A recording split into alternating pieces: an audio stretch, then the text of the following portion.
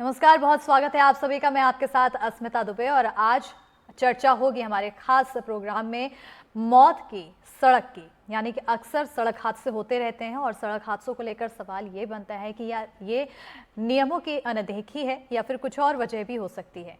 इसको लेकर अब लगातार तमाम तरह के सवाल उठ रहे हैं। कई आंकड़े सामने आए हैं। कई सालों से जितनी मौतें हो रही हैं उसके आंकड़े सामने आए हैं और ये आंकड़े दर्शाते हैं कि हर साल सड़क हादसों के चलते कितनी ज़्यादा संख्या में लोगों की मौत होती है। कहीं ना कहीं वजह क्या कुछ है, ये एक बड़ा सवाल बनता है। इसी पर आज हम चर्चा करेंगे। चर्चा के लिए खास पैनल भी जुड़ेगा और आप भी हमारे साथ जुड़कर अपनी राय हमारे साथ साझा कर सकते हैं। और इसी पर आइए सबसे पहले एक रिपोर्ट दिखाते हैं।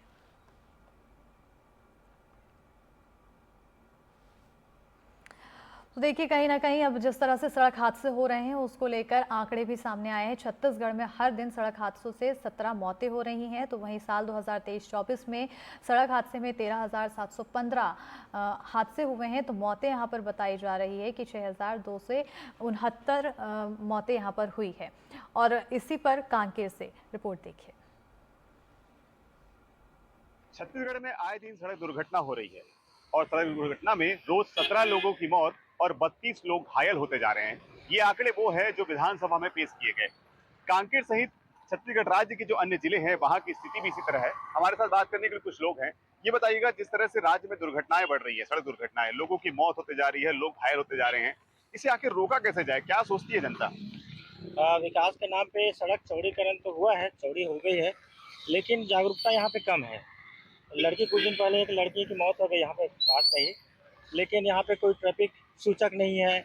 आने जाने की व्यवस्था कैसे मुड़ना है, क्या है, ये कोई जानकारी नहीं है लोगों को, जिस कारण गलतियाँ हो रही है इस कारण से। जिस तरह से सड़क दुर्घटना हो रही है, अभी देखा था कि हमने यहाँ पे एक गाड़ी टकरा गई थी, तो इसी तरह की क्या लगातार घटनाएं होती जा रही है? हाँ, जैसे डिवाइडरों के बीच में, जैसे नया रोड बना है तो उसमें डिवाइडरों के बीच में जो गैप है, वैसी जगहों पे कोई सूचक न लगने के कारण जो है अधिकतर घटना हो रही है। जैसे येलो लाइट जो जलता है वो होना चाहिए, हाँ। जिससे लोगों को पता चले कि यहाँ हमको धीमे चलना है।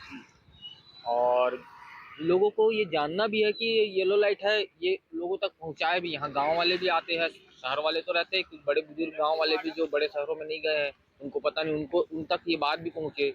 और जैसे युवा बाइक राइडर्स जो है, जैसे कि बड़े बड़े प्रेशर हॉर्न और बड़े बड़े साइलेंसर लेके चलते हैं अपने रोड में, यानी अपने कुछ गतिविधियाँ तेज चलाते हुए गाड़ी का, तो वो सब जो है एक प्रकार से वो भी घटना का शिकार हो जाते हैं। और अधिकतर ये टर्निंग के जो समय जो होता है ना, वो अधिकतर होते हैं। अच्छा, हम देखते हैं कि यातायात विभाग कार्रवाई जरूर करती है, लेकिन खाली चालानी कार्रवाई, क्या ठोस कार्रवाई नहीं होती? जी नहीं, ठोस कार्रवाई बिल्कुल नहीं होती। कभी कभी चालानी बस की जाती है। बिल्कुल मतलब जानकारी देना या बोर्ड लगना, यहाँ पे मोड़ है या डिवाइडर है, जो भी इसकी जानकारी बिल्कुल नहीं है। मतलब चालानी कार्रवाई बस, इसके बस अलावा कोई कार्रवाई नहीं जी कर रहे? जी, बस नहीं है। तो क्या इसके लिए और पहल किया जा सकते हैं? आपका क्या सोचना है? मेरे हिसाब से देखिए, जैसे बड़े वाहनों को एक लिमिट, यानी शहर के अंदर आप घुसते हैं तो गति जो है एक सीमा बांध देनी चाहिए कि 20 से 30 की गति में रखें। जैसे बस की गति बांध देनी चाहिए कि आप इस गति से ज़्यादा नहीं ना करें। बड़े वाहनों को ओवरटेक ना, यानी एक दूसरे को ओवरटेक करते समय सावधानी बरतें या ना करें। शहर के बीच में ओवरटेक को मनाही किया जाए। और जैसे कि आप सीसीटीवी वगैरह यूज़ कर सकते हैं, जैसे उन पर चालानी कार्रवाई की जा सके, ताकि दोबारा एक बार कर दे गलती तो दोबारा ना करे। क्या यातायात विभाग पहल नहीं करता या पुलिस को कोई पहल करनी चाहिए? प्रशासन को क्या आगे आना चाहिए? जी बिल्कुल आगे आना चाहिए।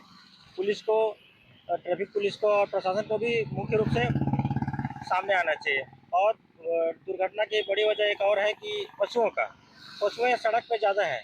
इससे व्यवस्था सही नहीं बन पा रही गाड़ी चलाने की, मुड़ने की, इसी कारण से दुर्घटनाएं ज़्यादा हो रही हैं। अच्छा, हमने देखा था कि आपकी दुकान के सामने एक वाहन टकरा गई थी, कैसे? जी, कब हुआ था ये? अभी just यह भी जस्ट 10 मिनट पहले हुआ था। अच्छा। यहाँ पे वो गाड़ी रुकने की व्यवस्था सही नहीं। यहाँ पे जस्ट सामने पे एक गैस एजेंसी है, वहाँ पे भारी वाहनें खड़ी होती हैं, बहुत सारी गाड़ी खड़ी, लेकिन जगह पार्किंग की बिल्कुल व्यवस्था नहीं है। गाड़ी सड़क पर खड़ी हो जाती है, इससे टकराव टकराव होने की आशंका ज़्यादा होती है। लेकिन निश्चित तौर पर कहीं ना कहीं जागरूकता की बेहद कमी है। इससे दुर्घटनाओं में जो है वृद्धि हो रही है। इसे रोक लगाना बेहद आवश्यक है। शासन प्रशासन को इस ओर पहल करनी चाहिए ताकि लोगों की मौत ना हो और सड़क दुर्घटना के जो शिकार हो जाते हैं उससे बचा जा सके। नीरज तिवारी, एनडीटीवी, कांकेर। तो देखा किस तरह से यहाँ पर सड़कें मौतों की सड़क बनती जा रही है और हर रोज़ जो आंकड़े सामने आए हैं, एक दिन में 17 मौतें सिर्फ सड़क हादसों के चलते हो रही है। और इसी पर चर्चा के लिए हमारे साथ खास पैनल जुड़ चुका है। हमारे साथ दीपक वर्मा जो कि डॉक्टर हैं जुड़ चुके हैं, साथ ही साथ सतीश ठाकुर जो कि ट्रैफिक टीएसपी हैं जुड़ चुके हैं। सतीश जी, सबसे पहले आप सभी का स्वागत है हमारे इस खास कार्यक्रम में। सतीश जी, आपसे सबसे पहले सवाल है, लगातार हादसे हम देखते हैं और जो आंकड़े आए हैं वो डराते हैं। एक दिन में 17 मौतें होना कहीं ना कहीं गंभीर विषय बनता है। वजह क्या माना जाए, लापरवाही या फिर कुछ और?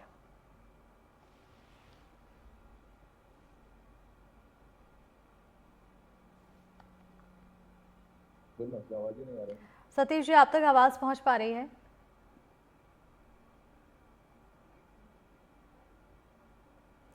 सतीश जी, आप तक आवाज पहुंच पा रही है? चलिए दीपक जी, आपकी ओर आना चाहूंगी, क्योंकि लगातार हम सड़क हादसों की खबरें सुनते हैं, आंकड़े डराते हैं। ऐसे में क्योंकि जब आप डॉक्टर हैं, आपके पास भी बहुत से ऐसे केसेस आते होंगे, क्रिटिकल कंडीशन, किस तरह से इस गंभीर विषय को समझा जाए? देखिए, ये जो हादसे हो रहे हैं, ये सिर्फ मेडिकल पॉइंट ऑफ व्यू से नहीं, हम्म। इसको अगर socio economic point of view से देखा जाए तो ये बहुत ही गंभीर होते हैं। हम्म। अ, जब परिवार का कमाने वाला मुखिया कोई हादसों का शिकार हो जाता है हम्म। तो सोर्स ऑफ इनकम खत्म हो जाती है और परिवार तबाह हो जाता है। अभी एक लेटेस्ट दुर्घटना जिसमें भिलाई के एक पत्रकार की 17 साल की बेटी की मौत हुई और वो परिवार भावनात्मक रूप से पूरी तरह से टूट चुका है। तो सिर्फ ये एक मेडिकल पॉइंट ऑफ व्यू से नहीं है, इसे सामाजिक और आर्थिक तौर पर भी बहुत इंपॉर्टेंट है, इसे बहुत महत्व देना चाहिए। बिल्कुल, कहीं ना कहीं यहाँ पर ना सिर्फ मेडिकल पॉइंट ऑफ व्यू बल्कि सामाजिक दृष्टि से भी नज़र डालना चाहिए। जो आंकड़े सामने आए हैं, विधानसभा में पेश किए गए हैं आंकड़े, ये काफ़ी चिंताजनक बताते हैं। और सतीश जी, क्या आप तक आवाज़ पहुँच पा रही है?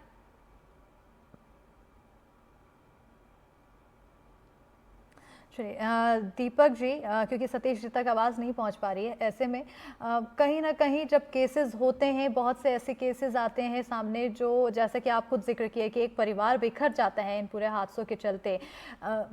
इन हादसों के लिए आखिर वजह क्या माने? लोग अनदेखी करते हैं, लापरवाही करते हैं, या फिर कहीं ना कहीं कुछ और भी रीज़न हो सकती है? क्या स्ट्रिक्टनेस कम है परिवहन विभाग की तरफ से?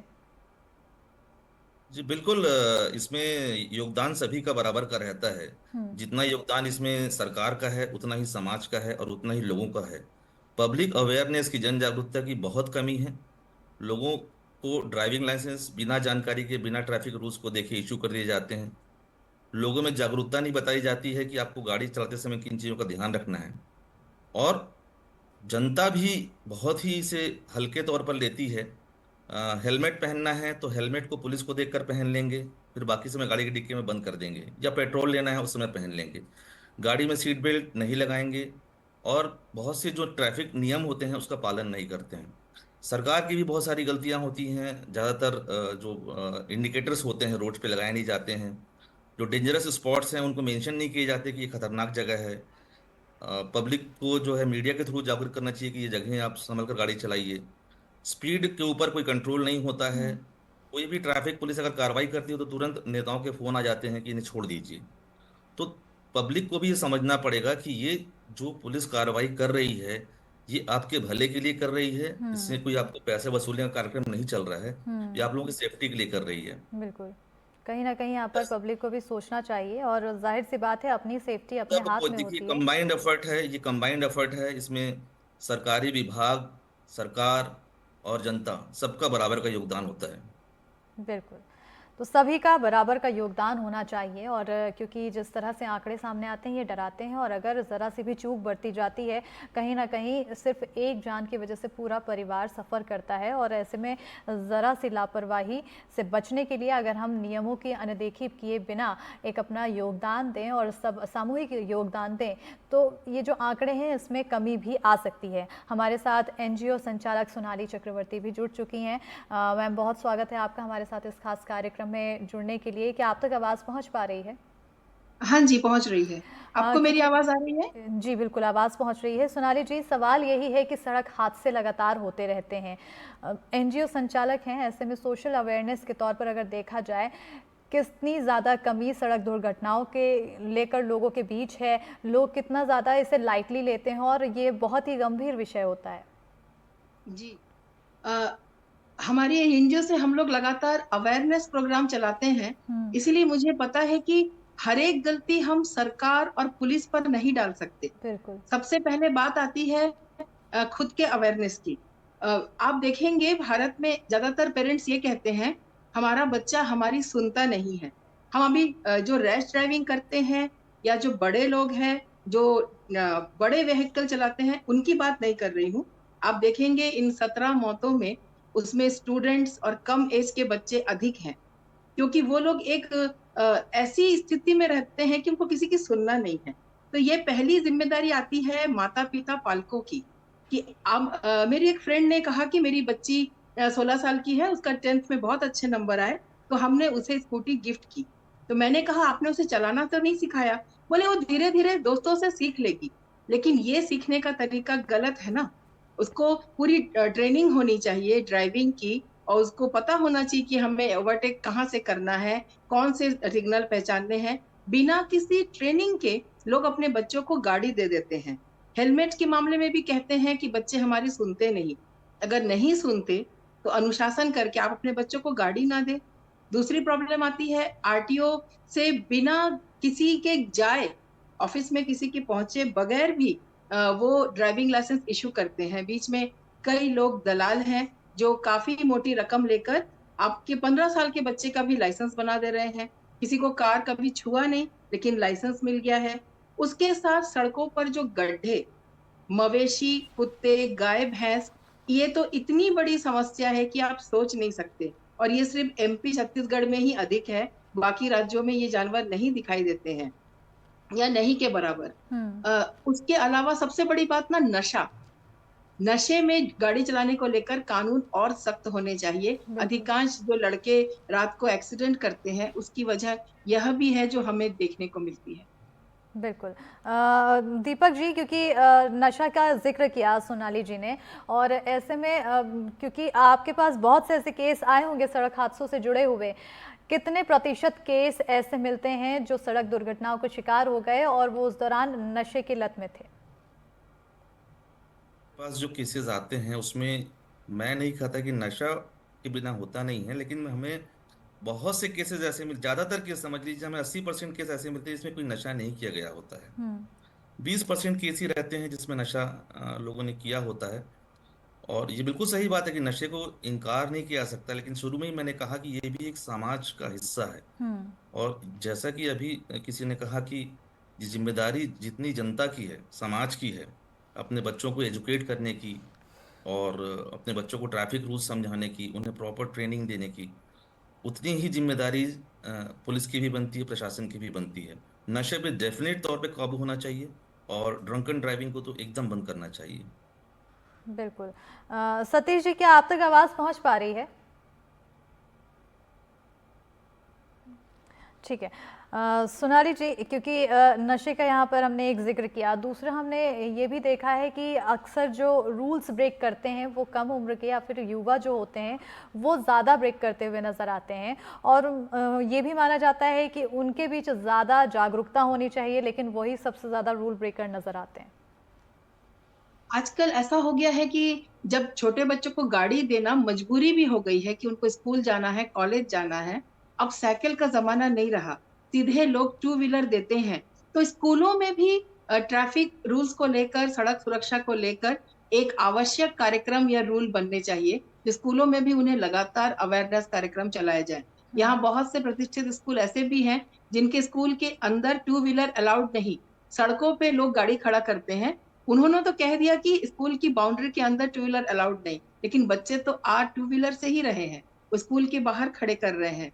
तो इसमें युवा वर्ग तो फंसेगा ही, क्योंकि उनको बिना जानकारी के गाड़ी चलाना पड़ रहा है। और हुँ, साथ में रील्स बनाना, वीडियोस बनाना, चलती गाड़ी पे स्टंट करते हुए जो सारे करतब दिखाए जाते हैं, ये एक बहुत बड़ा कारण है।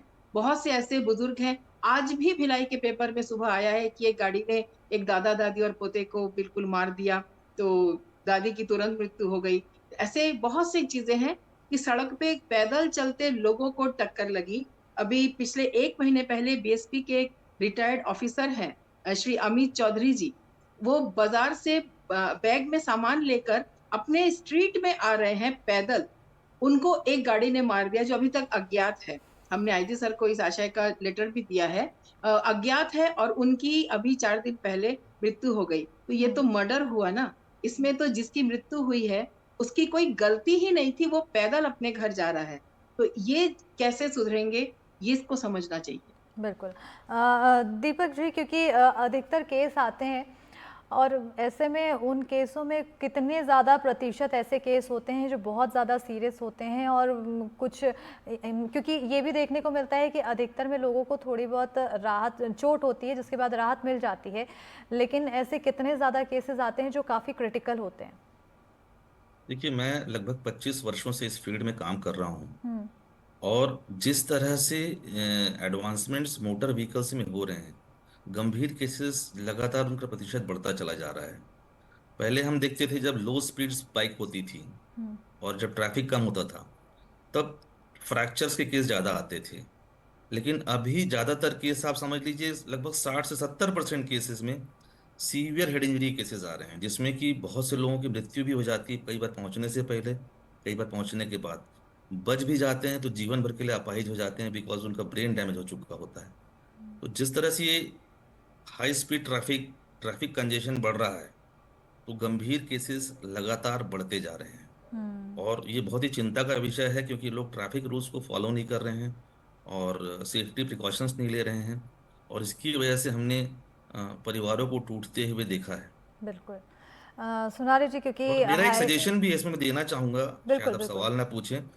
मेरा सजेशन यह है कि सिर्फ ट्रैफिक नियमों को बताने से ही काम नहीं होता। दरअसल देखिए, मेरे अंदर, मैं चूंकि इसको देखता हूँ डे इन डे आउट, तो मेरे अंदर एक डर है, मेरे अंदर भय है एक्सीडेंट्स को लेकर, इसलिए मैं गाड़ी बहुत संभल कर चलाता हूँ। तो बच्चों को, जनता को ये सब दिखाना होगा हमें, पिक्चर्स वीडियोस के माध्यम से, कि देखिए किस तरह से केसेस आते हैं, उनका क्या दुष्परिणाम होते हैं। जब तक वो एक्सीडेंट्स का डर, दुर्घटना का डर और उसके दुष्परिणाम लोगों को देखने को नहीं मिलेंगे, तो हर व्यक्ति इसे बहुत ही हल्के में लेगा। बिल्कुल। तो कहीं न कहीं यहाँ पर डर भी पैदा होना चाहिए। सोनाली जी, आखिर आपकी अगर बात करें, आप इन बातों से कितना इत्तेफ़ाक रखती हैं? क्योंकि नियमों का पालन के लिए लगातार बोला जाता है कि नियमों का पालन करना है, नियम बताए जाते हैं, लेकिन वो जब तक चेकिंग होती है, जब तक दंड दिए जाते हैं, वसूली की जाती है, तब तक ही लोगों को डर रहता है। जहाँ पुलिस की नज़र हटी, वहाँ पर लोगों का हेलमेट उतर जाता है, स्पीड बढ़ जाती है। की बातों से बिल्कुल सहमत हूँ कि इन बच्चों को पता होना चाहिए कि अगर आपको चोट लगती है और भगवान ना करे आपको बड़ा कुछ हो जाता है, तो आपके पीछे आपके परिवार की क्या अवस्था होती है। बिल्कुल। हम पिछले दिन अपने पूरे टीम के साथ आईजी सर श्री राम गोपाल गर्ग जी से हम मिले। हमने उन्हें चिट्ठी इस आशय का दिया कि हम सभी माताएं जो मेरे एनजीओ में हैं, हम लोग ट्रैफिक पुलिस के साथ महीने में चाहे 2 दिन हो चाहे 5 दिन, हम उनके साथ हेलमेट अभियान में खड़े होंगे और हेलमेट नहीं लगाने वाले बच्चों को हाथ जोड़ के कहेंगे कि अपने लिए ना सही, हमारे लिए लगाओ। प्लस हमने ये भी एक सजेशन दिया कि जैसे फॉरेन में सजाएं होती है कि बच्चे की छोटी-मोटी गलती पर उन्हें वृद्धाश्रम में सेवा करने कहते हैं। मैं बिल्कुल। चाहूंगी कि यहाँ पे हेलमेट ना लगाने वाले बच्चे, देखिए अगर हम फाइन लगाते हैं ना, तो जिन माता-पिता ने बाइक खरीद के दिया है, जैसे डॉक्टर साहब ने कहा ना कि बहुत एडवांस वाली बाइक खरीद के दे रहे हैं आप 18 साल के बच्चे को, तो उस माता-पिता के लिए ₹500 फाइन कोई बड़ी बात नहीं है। बिल्कुल। वो सिर्फ पुलिस से बचने के लिए ₹500 दे देते हैं, उससे बच्चों को कुछ भी समझाइश नहीं आती। लेकिन मैंने कहा कि इसके बदले अगर कोई बिना हेलमेट पकड़ा जाए, तो उसे हॉस्पिटल के हेड इंजरी वाले आईसीयू के बाहर पेरेंट्स की सेवा करने और उसके लिए 2 घंटे उसको दी जाए कि यहाँ पे वो देखे कि पेरेंट्स कैसे बेमौत मारे जाते हैं बाहर और क्या हाल होता है जिनको चोट लगती है। बिल्कुल। सतीश जी, क्या आप तक आवाज़ पहुँच पा रही है? हाँ जी मैडम, हाँ जी बताइए मैडम। सतीश जी, अनम्यूट बिल्कुल।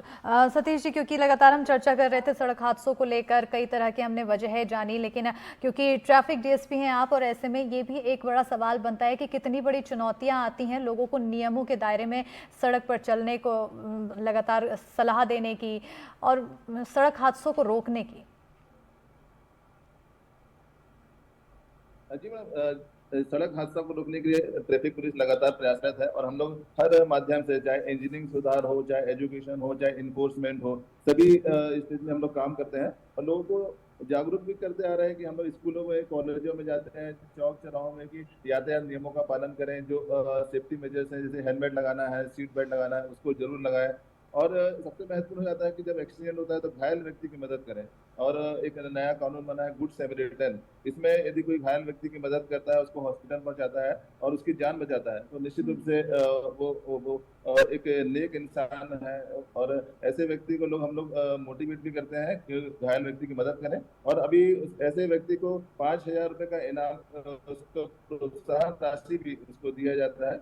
तो हम लोग लगातार हर क्षेत्र में लोगों को प्रयास कर रहे हैं कि लोग जागरूक हों और सड़क दुर्घटना में कमी आ सके। बिल्कुल।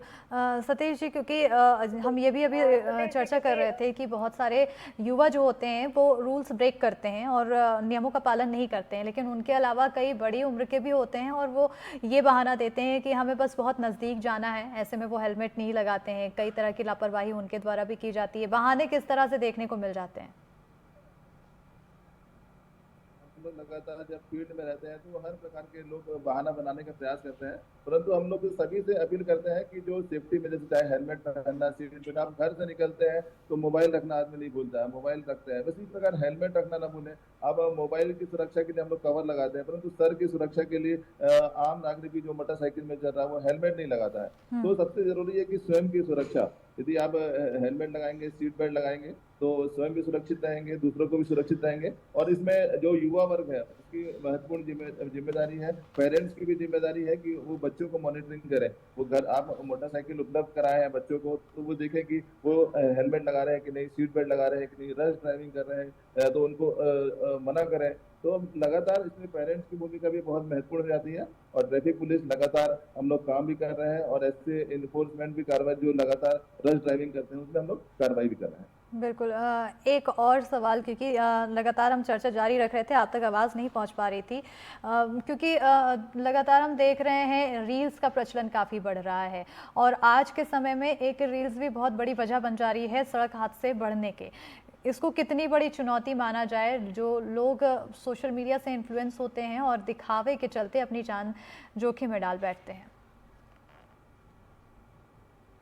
ये जो रील्स बनाने की जो आज युवाओं में ट्रेंड बढ़ते जा रहा है, वो रश ड्राइविंग करते हैं, खतरनाक ढंग से वाहन चलाते हैं, ट्रिपल राइडिंग करते हैं और रील्स बना के सोशल मीडिया में डाउनलोड करते हैं। ये बहुत ही खतरनाक है और इसे स्वयं को भी खतरे में डालते हैं और सामने वाले को खतरे में डालते हैं।